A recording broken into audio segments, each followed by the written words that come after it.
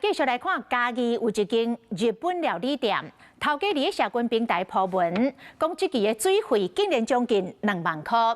伊自我经体，莫非伊的店内有水墙？自来水公司专工派人去甲检查，初步研判，可能是进前地动，甲管线摇破去漏水了。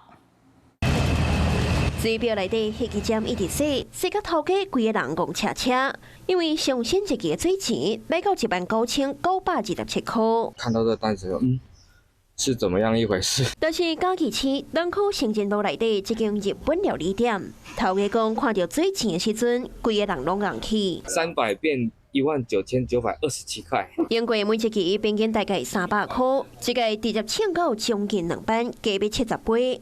头家检查马桶、洗碗槽甲水道头拢无漏水，落尾去看水表，发现无用水的时，这粒水表嘛一直走。平常我们也不会时不时就打开水表。了准是水表故障，通报自来水公司，公司也派人来检查。当务之急，先把开关先锁起来。明明店内也未做清理，水表却一直走，初步检查是有所在漏水。这边漏水是没有过表的，这边表后漏水就是。